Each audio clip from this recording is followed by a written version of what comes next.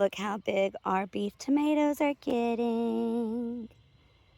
They're getting big. And I trimmed their lower leaves off, and I leave the suckers on because that gives you more fruit.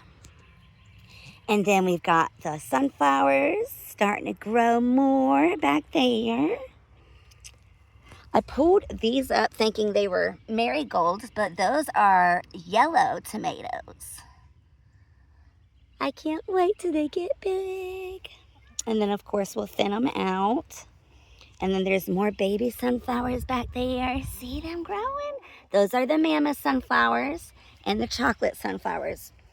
I don't know if y'all remember last time, but I was showing you the difference. So the chocolate sunflowers are just as big as the mammoth, but they're a gorgeous burgundy. And the stem is that burgundy color. And the regular mammoth sunflowers are green. See how the stem is green there? So that's how you tell the difference when they're babies. So I always plant them together because I could tell the difference, you know, as they're just sprouting. And then our cucumbers are getting bigger. Here's the done trellises. And then we've got our squash there in the back, the lighter color ones. Just 3 squash we have. And then our wild lettuce. That is to use for pain. Then our asparagus. And look at, so I cut this asparagus. It's got little babies. Oh my God, I'm so excited. And then we have baby tomato plants growing here that just popped up from last year's tomatoes that fell on the ground. And then I planted a bunch more. Those popped up too in here. But I thinned out the ones I was winter sowing. The ones that are individual. That pile right there was another tomato that fell down in the ground. So if you ever have like tomatoes just fall on the ground, let them stay there and let the dirt cover them up and you'll get more baby tomatoes.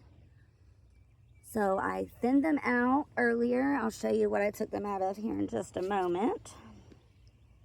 And I planted them in there, so hopefully they'll start growing because they kind of just like stopped growing on me. So I figured I needed to thin them out, take them out of the container and put them in the actual ground. These are all of our beans. So we got pinto beans, blue lake green beans, and Cherokee yellow green beans. There's 2 rows of each, except for the pinto beans. There's not many of those. And then we've got our jalapeno here in this bucket here that was from last year. We winterized it. And then the front row is our jalapenos. The back row, or these 2 rows right here, are pepperoncinis. And then I took my winter sown plants and brought them over here because I'm waiting for them to get just a little bigger before I put them in the ground.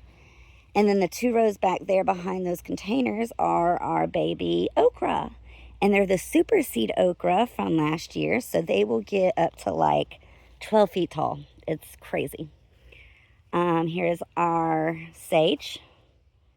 How beautiful it is. And then our strawberries. They're doing amazing. We already picked the few that came up, and since I only got like 3, I put them back into the ground so those could seed up too. And then in my little tote back here, I have some sweet potatoes that are buried in there, and I'm praying that we'll get more sweet potatoes. So now let me go show you where those winterized tomato plants are that I thinned out earlier. I left a few in these jugs because they're not quite as big as what I would like them to be. So this is the variety tomatoes. Let's see how many's in there. Now that one in the corner is not a tomato. I think it may be an eggplant or it may just be a weed, but I'm keeping it there just in case it is an eggplant. So as soon as these get bigger, I'll be putting them in the ground. And then we have this one that's got the Jubilee and the purple tomatoes. I thinned them out as well.